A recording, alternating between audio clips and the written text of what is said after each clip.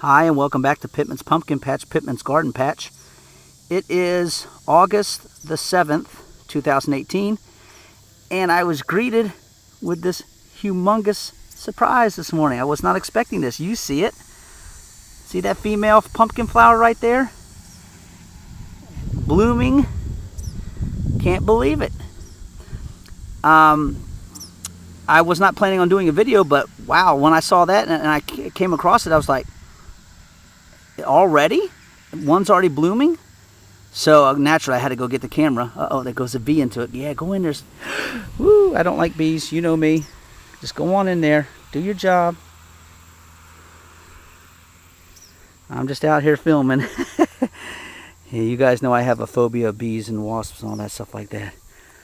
But, yeah, let me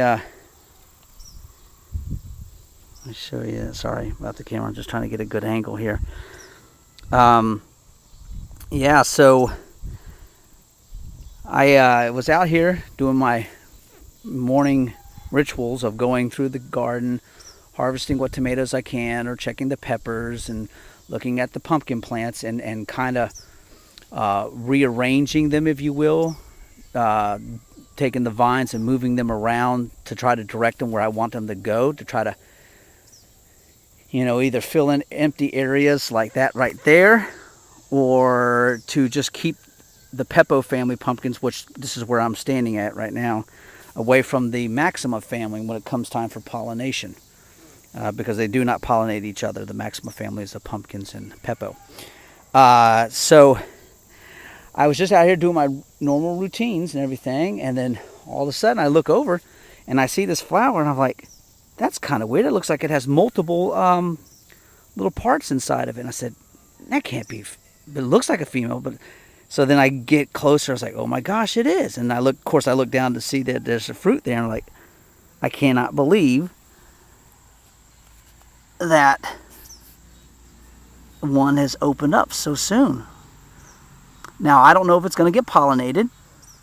It just depends if the plant feels that it's large enough, has enough nutrition, is capable of growing one.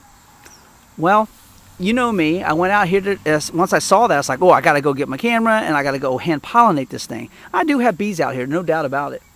And hopefully they've already visited this plant, because they generally bloom early in the morning, like just around dusk time. They'll start to open up, males and female flowers.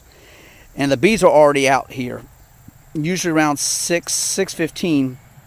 When I was in the city, they were out here at around 6:15 in the morning. So if I didn't get out there at 5:30, 5:45 to do stuff, to hand pollinate it, I wasn't really going to get in there because the bees were already in, and I wasn't going to mess with that. Some people say, well, why don't you just let the bees do their job and let the Mother Nature take its course? Well, because Mother Nature doesn't always succeed. Sometimes man has to intervene a little bit, and of course sometimes we mess it up. But in this case and context, it's not really, it doesn't do any harm. I go out there and I take a few male flowers, pull the petals off, and I come in and like a paintbrush, I take the stamen of the male flower and I paintbrush the stigma, which is the female parts down inside there. And generally I have pretty good success. But again, it all depends if that plant feels it's ready to grow a fruit or not. In the end, the plant makes that decision. I don't. But I just put all the ingredients in. Hopefully the recipe works.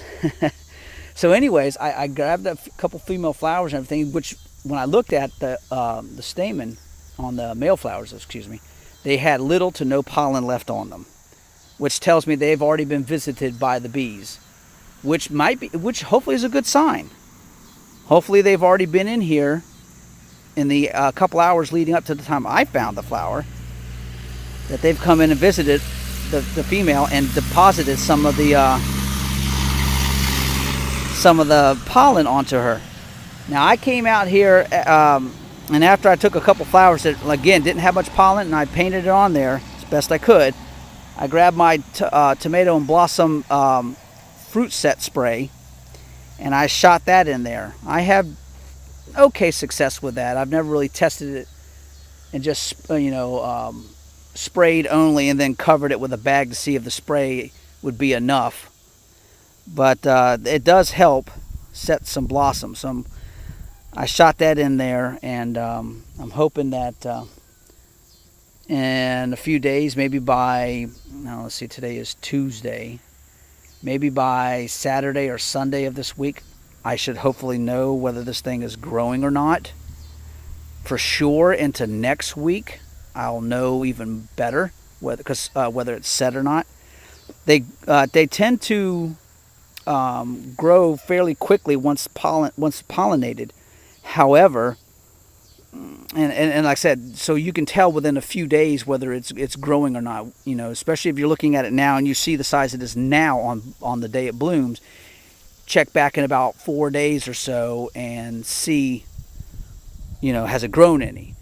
But you got to be careful, because that's not always a sure thing. I've had pumpkins start to look like they were growing. They got bigger and everything, and then just fizzled out and died for whatever reason. The plant said, I changed my mind. I can't handle the fruit right now. So anyways, that's an awesome thing. Tomorrow is my son Luke's birthday, so I'm getting some really good stuff. Get a female flower blooming the day before his birthday. His birthday's tomorrow. Pretty good. School, as you guys know, I'm also a elementary school teacher. Starting up in about, at least for the teachers, got to go back on the 23rd of August. And then the week after that got open house, and then, the first week of school starting in, September 3rd or 4th, whichever day is the day after Labor Day, whichever one of those two. So, yeah, awesome. The rest of the patch is doing pretty good. There's always some weird stuff going on, always some weird things happening in the patch. I always feel like I'm always learning something every single year. So, or the pumpkins will do some kind of strange thing. Excuse me, just stepping over some plants, vines. For example, this particular pumpkin plant's been putting out these beautiful green leaves, and then all of a sudden, it does that, and that, and that. And they're all shriveled up and wrinkled and just deformed. And then, it seems to be coming out of it. The leaves are starting to get better. As the vine circles back around, the leaves are going back to normal. So, I don't understand. I try to figure out, well, what did I do? But short of any kind of reaction to some of the organic pesticides or whatever that I was using, whether it's the neem oil or something like that, could have been. But why didn't it affect the other plants? Why just this one? And a lot of them are the same variety. So I did in here have a female. There she is. There's the female flower. Let's see if I can get you in close. Sorry. Get a good shot. There, right there, straight down towards the bottom. There's a female flower. And this is one of those miniature pumpkins. And again, I'm not going to know what kind of fruit it's going to give me if I'm lucky enough to get one. Whether it's going to be orange, white, a mixture of a creamy orange with a darker orange banding. I don't know. So it's always nice to keep your garden different each year, just a little bit, something different in the garden instead of the usual peppers, tomatoes, whatever. Even with me growing pumpkins every single year that I do, it's always nice to grow different varieties. Last year I grew white ones for the first time that I can recall, anyways, and it turned out really nice. So this year, the new addition in the pumpkins is doing the little miniature ones. And they're a little bit more bushy. They don't vine out as quickly as the other ones do. But maybe that's just how they are, and they don't need to. So anywho, Nothing else really going on. I mean, plants are generally healthy right now.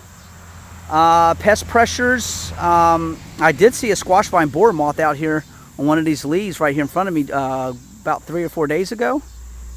It's a beautiful looking moth, black and like an orangish red torso with maybe 2 or about 3 black dots on top of that orange. So it's kind of pretty. But man, and I had my soapy spray bottle with me, and I tried to get it to try to make its wings oily so it couldn't fly away. But man, those things are quick. I barely started to squirt that doggone thing, and it took right off. I found a couple more vine borer eggs, and just the weirdest places on a brand spanking new baby leaf. It laid one on top, which is extremely odd that would happen, but occasionally it does. It wouldn't be detrimental to the whole plant, maybe to that leaf. The main thing is you want to really protect the main stem of the plant. You're going to have leaves that are going to get egg laid near the top of the stalk of the leaf area, and that's going to kill that leaf for sure, but it's not the whole plant, you know. So it is the way it is. The main thing you want to do though is for sure you got to protect that stem, the main stem coming out of the ground, because that's the heart and soul of your whole plant. They lay an egg in there, your plant is going to be doomed if you don't happen to notice it and take action by injecting BT into the hole that the larva is bored into. I've had success with that in the past, taking like a little needle and shooting the BT directly into the hole, and the plant still survived and everything from the vine borer attack. So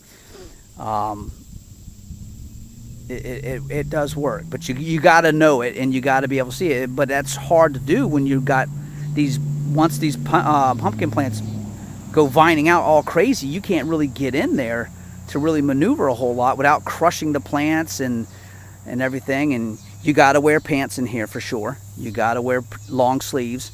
You got to generally wear gloves too, because these pumpkin plants are pretty prickly, and you got to wear the appropriate clothing, or you're going to come out scratching and itching, and just yeah, it's not good. But yeah, everything else is going good. Bees are out. They love pumpkin flowers. Absolutely love pumpkin flowers. Woo! One just buzzed me. All right, Ghost Rider, the patterner's full. Okay, that's my cue. So get out of here, fool. All right, so from Pittman's Pumpkin Patch, Pittman's Garden Patch, y'all, thanks for tuning in. If you have any questions concerning pumpkins or anything else, let me know in the comment section below, and I'll check back with you in a few days to let you know whether that my thoughts on that female flower, whether it got pollinated or not. I got 2 or 3 other pumpkins, female flowers, that I'm keeping an eye on, you know, to watch to see if they're going to be ready to bloom or whether they're going to be aborted and move on from there. That was a surprise. I had forgotten about that female flower there, and they do tend to bloom pretty quickly. If you're not watching for them, they will bloom quickly. And all right, y'all take care. Have an excellent day. God bless everybody. Bye.